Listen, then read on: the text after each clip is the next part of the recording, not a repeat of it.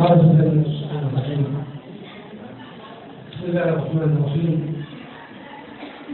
إن أريد إلا الإصلاح ما استطعت وما توفيقي إلا بالله عليه توكلت وإليه أنيب. الآية رقم 88 من سورة هود.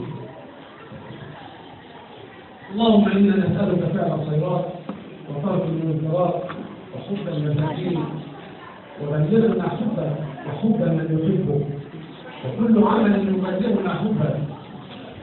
رب آت نفوسنا تقواها وزكها أنت خير من زكاها أنت وليها ومولاها.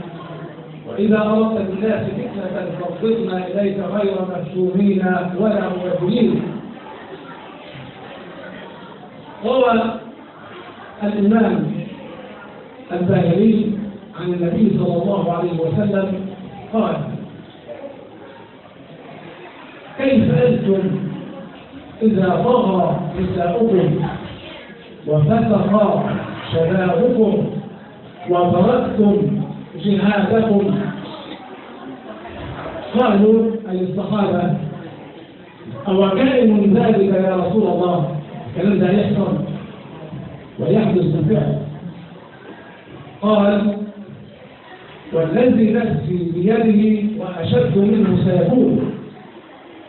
ورسوله لا يقسم إلا في الأمور المهمة. قالوا: وما أشد منه يا رسول الله؟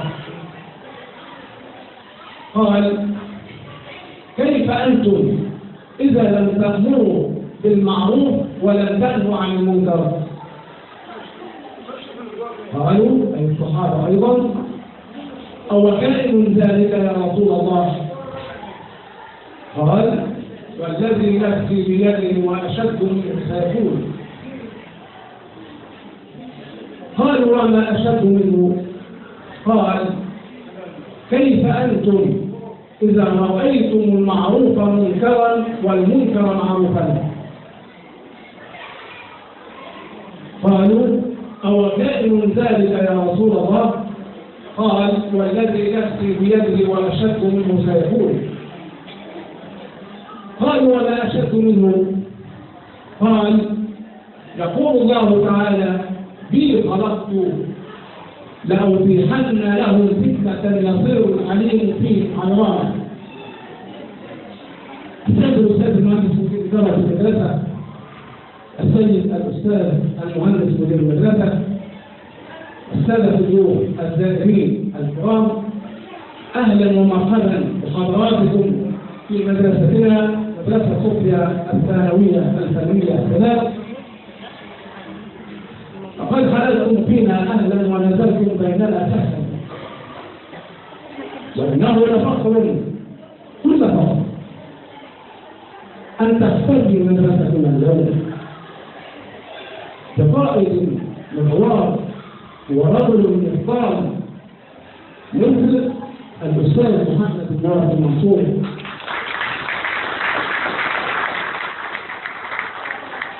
ولنا في كل عام جميل فاضل نحتفي ونحتفل به ومعه، وذلك لبلوغ سن المعاش أو السن القانوني للعمل. وقطار الحياة بنا يا سادة يمضي مسرعا لا يتوقف، فقد خاب وخسر من أتبع نفسه هواها وتمنى على الله الأماني.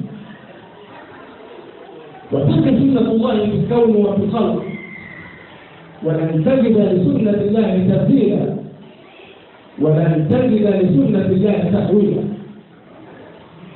معاشر السادة الجمع الكريم، السادة الزملاء والزميلات الأفاضل، كلمتي مع حضراتكم اليوم باختصار تحت موضوع الكلمة وآثارها على الإنسان. الكلمة التي نتفوه بها جميعا هل لها من خطورة على الإنسان؟ كيف؟ هذا ما سنعرفه. الكلمة والسادة سلاح ذو حدين. إذا استعملت الكلمة في الخير كانت الكلمة خيرا،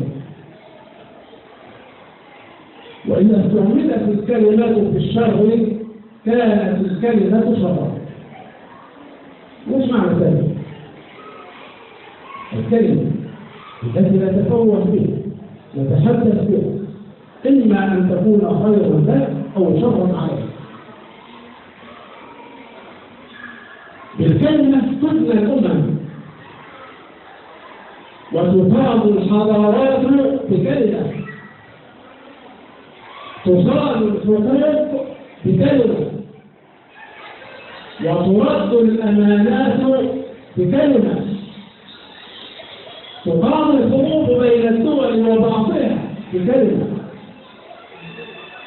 تقوى الروابط الأسرية بين الرجل والمرأة بكلمة، وتضعف أيضا الروابط الأسرية بين الرجل والمرأة بكلمة، تعمر البيوت بكلمة، وتفكك الأسر بكلمة.